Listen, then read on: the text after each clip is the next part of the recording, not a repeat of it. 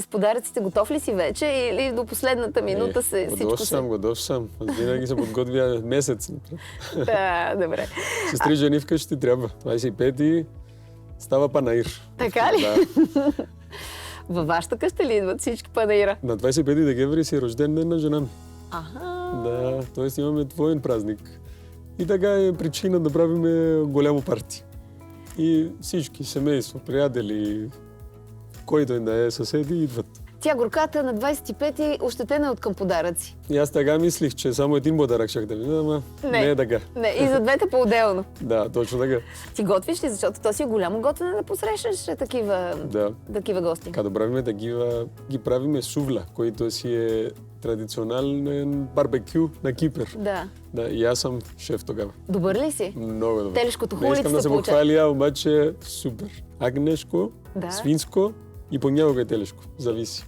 А и ти не каза как празнуваш? Аз как празнувам? Да. Аз празнувам много хубаво. Ай, Отиваме в сестра ми, всеки носи по едно ястие, слагаме масата и си говориме с сестра ми, с родителите, с децата, с всички. Много е приятно. Наистина е много приятно. Значи един готвиш. Аз не. Добре. Но иначе помагам на мама. И после се събираме всички заедно. Е много хубаво. Наистина много, много обичам. Сега обаче искам да поканим Снежана, която много дълго време е живяла в Испания, да видим там как празнуват. Айде. Живота ми никак не е бил розов. 15 години в Испания. Имам 3 раздели, 3 прекрасни момичета, за които съм се грижала аз изцяло. Нямала съм абсолютно никакво време за себе си. Винаги съм гледала на първо място да бъдат децата ми. И сега реших да обърна най-накрая малко внимание на себе си, като жена. Казвам се Снежана Иванова, на 50 години, от град Бургас. Снежи, заповядай. Добре дошла, мило момиче. Как си? Здравей, благодаря. Много ми е приятно. Това е доктор Здравей, Джак. Снежана. Здравейте, доктор Джак. Здравейте. Разкажи ми твоята история. Заминах за Испания преди 15 години. Всичко беше на шега. Тръгнах на почивка с двупосочен билет. Отиване и връщане. Но почивката ми се оказа цели 15 години. В България се живеех съвсем нормално, спокойно. Бях разведена с двете ми дъщери. И в един прекрасен ден реших да замина с моя приятелка на почивка в Испания. Какво те задържа там? Как се устрои? Задържа ме хубавото време, усмивките на хората, спокойствието, океана и така реших да остана. Ама как така? Защото и аз съм пътувала на почивки, ама като отида с куфарите, не си мисля как сега ще остана тук. Влюбих се. Ето, Това е. знаех си, че нещо В такова Тенерифе, да.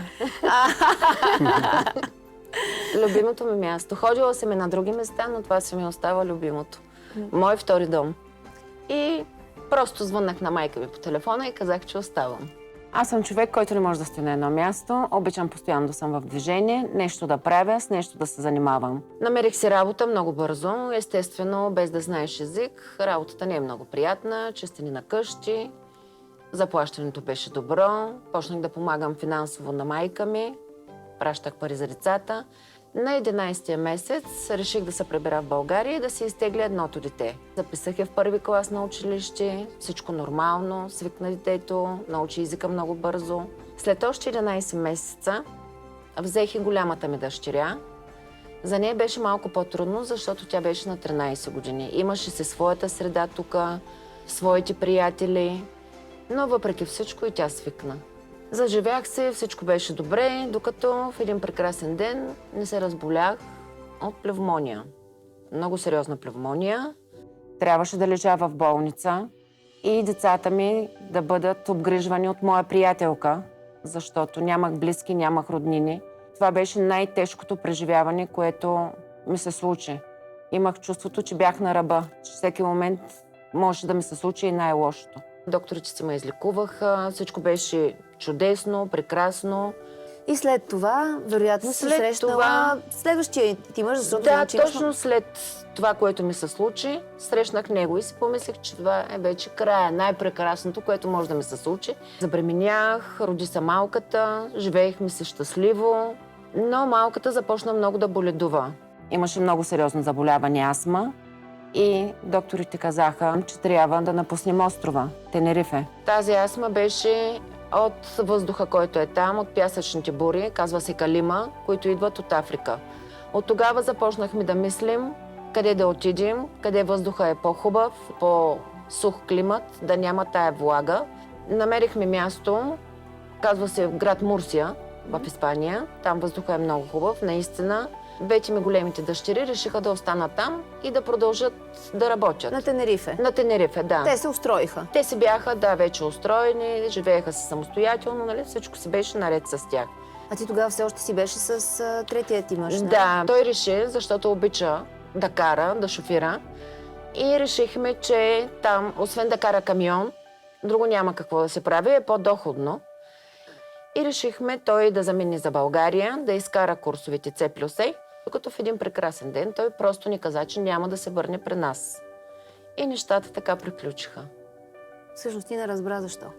Всъщност аз не разбрах защо. Всичко стана по телефона, не сме се карали, без обиди, без скандали, без абсолютно нищо. Просто е така. От нищото. И остана сама. И останах сама. За пореден път. Трябваше пак да мисля варианти, как да се справя сама, каква работа да търся. Намерих среда, приятели, приятелки, които наистина ми подадаха ръка, намериха ми хубава работа.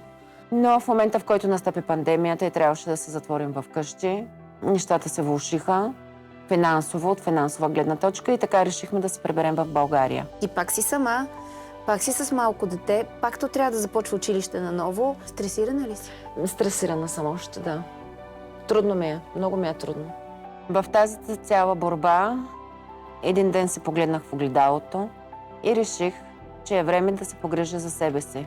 За лицето, за тялото, за уморения ми вид. И сега при нас какво ще правим? Къде са проблемите? Да ги изчистим, защото изглеждаш красива. Благодаря, за което проблемите са в областта на корема. Това от ражданията. От ражданията, да, най-вече от последното. Качвала съм много килограми при трите бременности. Това ще да ми следващия въпрос. На първата бременност качих 30. На втората качих 32. И на третата качих 33. След това ги свалиш? Винаги съм ги сваляла. Обаче коремчето не се прибра. Не, не прибра се. Сега пак леко излезна, но когато се прибера, става супер грозно. То просто висва. Тия кожи, които са ужасни. Това си ми е комплекс. Най-големия. Аз обичам да ходя на плаж, искам лятото, като отида на плажа и с съблека, да изглеждам добре. Освен корема, има ли нещо друго, за което можем да помогнем? През последната година просто усещам, че самата ми кожа овисна. Преди усмивката си ми беше по-нормална, докато сега виждам, че тук слиза надолу. Гушата, която също много ме притеснява. Това всичко може много лесно да се направи. Много по-лесно, отколкото корема. Джак, днес очевидно ще правим абдоминопластика. След гърдите, това е най-желаната интервенция. Даже те върват в комплект много често. Абдоминопластика се прави на пациентки, които опитват да свалят килограми, тренират и още не може да се прибере корема. Това може да се случва поради има излична кожа, поради разтягането на кожа след бременността или когато имаме диастаза на мускулите. Диастаза на мускулите е когато вертикалните мускули на корема имат повече разстояние от една страна на друга. Истината е, че проблема на Снежана е видим и я дразни. И тя наистина има излишна кожа. Да. Така че явно това е нещо, което трябва да се направи с нея. Точно така. Другото, което ми спомена, беше долната част на лицето и гушката. Тя няма реално масна тъкан там. Значи не може да се казва, че има гуш. Да. Там може да се подобри с други терапии, неинвазивни терапии, които ще й дадат ефекта, който иска. Просто трябва да ги поддържа веднъж годишно или на 2 години. А ефекта на абдоминопластиката за винаги ли е? Това няма ли да се влоши в някакъв момент или? Това може да се влоши само ако тя пак Напълне рязко. Напълне рязко, точно. Да. Искам тези следи от миналото да бъдат заличени. Искам да започна всичко наново, да видя в огледалото една нова жена, по-уверена в себе си. И имам ли шанс до година спокойно и без никакви притеснения да си ходя по плажа? Да. Има, разбира се. При нея, освен изличната кожа, имаме и разделяне на вертикалните мускули. Това трябва да се оправи в същия момент в операционната. За лице също имаме подробен план. Това ще стане с помощта на мой екип.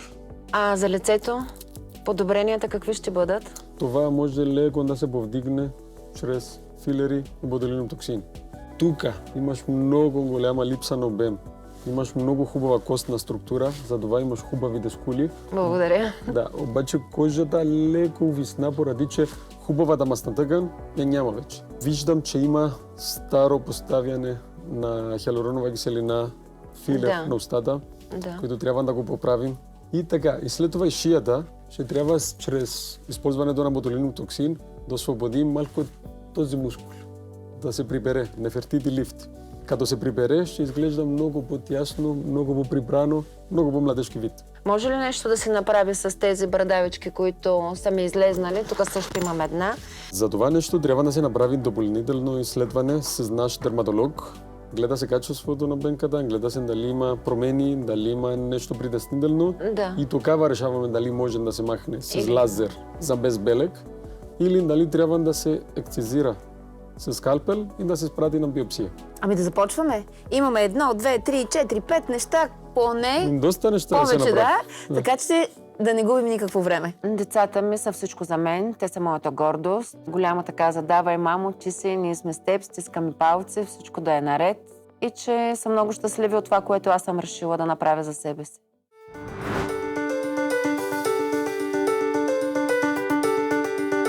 Днес е денят на операция за Снежана. Тя беше много притеснена преди операция. Тя много искаше да се оперира, обаче в същия момент се притесняваше. Аз успокоих. Обясних и, че тя нищо няма да усети. Тя просто ще спи, ще се събуди, чисто нова. Преди обаче да изрежем изличната кожа, трябва да видим какво става с мускулите. Като отворих, видях, че наистина имаше диастаза. Това разделяне на мускулите, което обясних преди. Затова трябва да зашият мускулите отгоре до долу. Това ни поема най-много време. Коремната стена сега е по-плоска, отколкото преди бременността, със сигурност. И махнахме изличната кожа. Преди че направихме изтесняването на коремната стена чрез зашиването на мускулите, това помогна много на стесняване на талията. Значи, освен че направихме корема плосък, направихме и талията тяста. Днеска съм си вече в Бургас. Операцията зараства нормално. Боли ме много по-малко, пъва ме много по-малко, вървя доста по-изправена. Чувствам се много по-добре. Тук до мен е малката помощница. Кажи как се казваш? Никол. Малкото Николче, което ми помага да изперем, да прострем, да изметем листата на терасата, да сложим обяда. Нали, мами? Да. Да.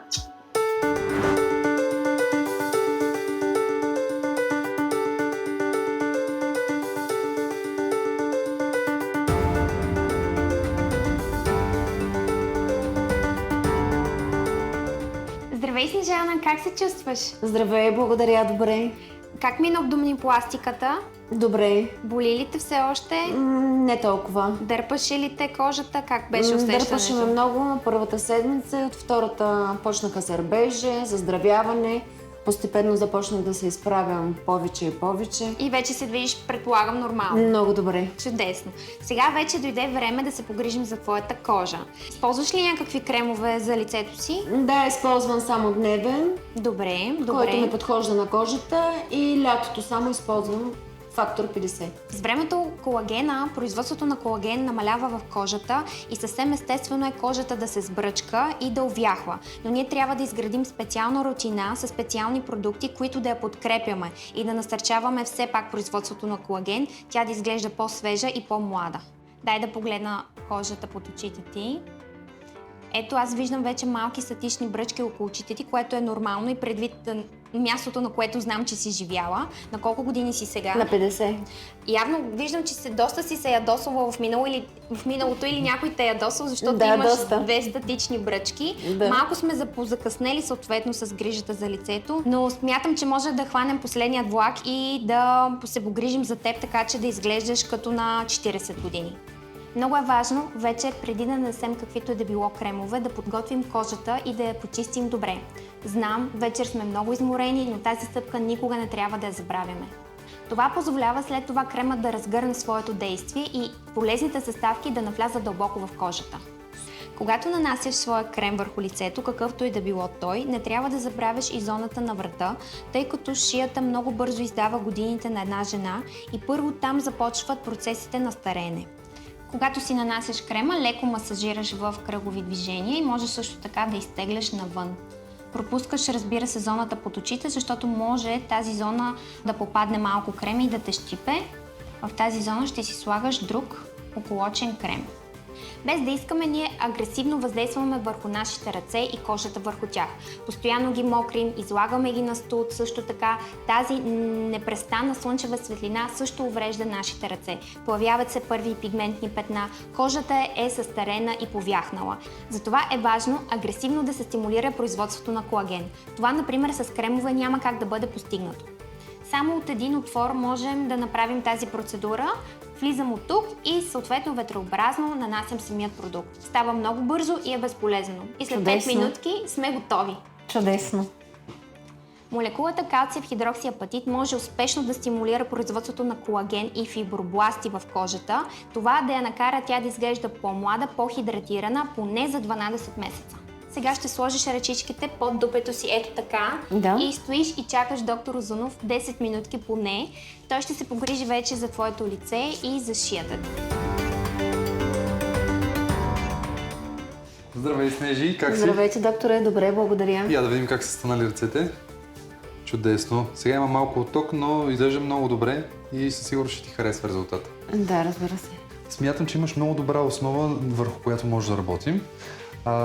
Може да контурираме долната челюст и да стане още по-хубав прехода тук, тъй като имаш леко увисване и смятам да го загладим с поставянето на хиалуронова киселина, която е с по-голяма плътност. Може да поставим малко и тук да възвърнем обем под скулата и смятам, че като цялостно ще изглежда много по-добре. Различните зони на лицето имат различна плътност. Да кажем, кожата под очите е много по-финна от тази на скулите или на брадичката.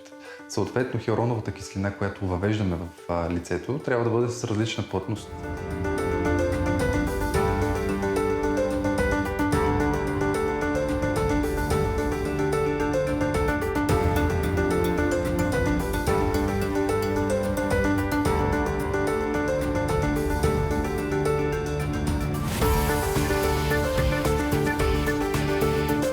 Когато се появят първите белези на стареене, е удачно да се използва молекула с полимлечна киселина, както и неомръжена хиалуронова киселина. И така, двете съставки имат както попълващ ефект, така и мощен колагеностимулиращ ефект.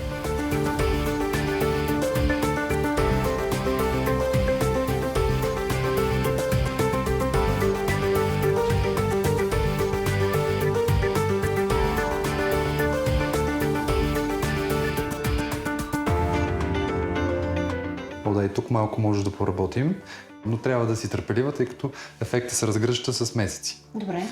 Приключихме с контурирането на лицето, така че си готова вече за финала почти. Перфектно.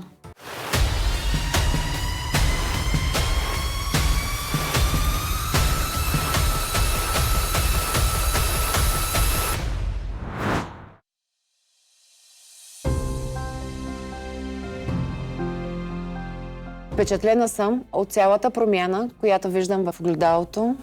Виждам една жена, подмладена, с 10 години.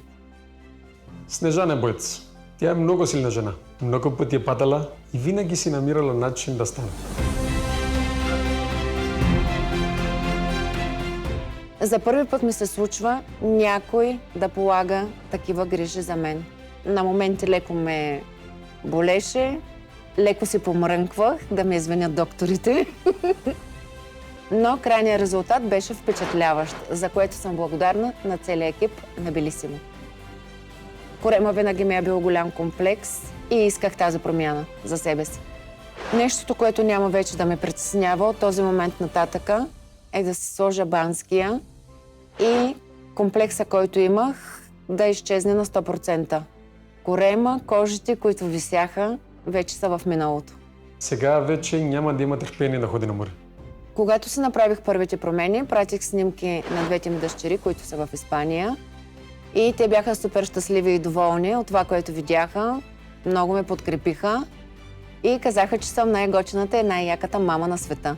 Обичам приключенията и затова се впуснах и в поредното. А за мен това участие се струваше ужасно много. Чувствам се горда и щастлива. Много по-женствена, с по-голямо самочувствие и вървя с гордо вдигната глава. Вярвам, че трудните моменти вече са зад гърба й. И от тук наседне я чака само най-доброто.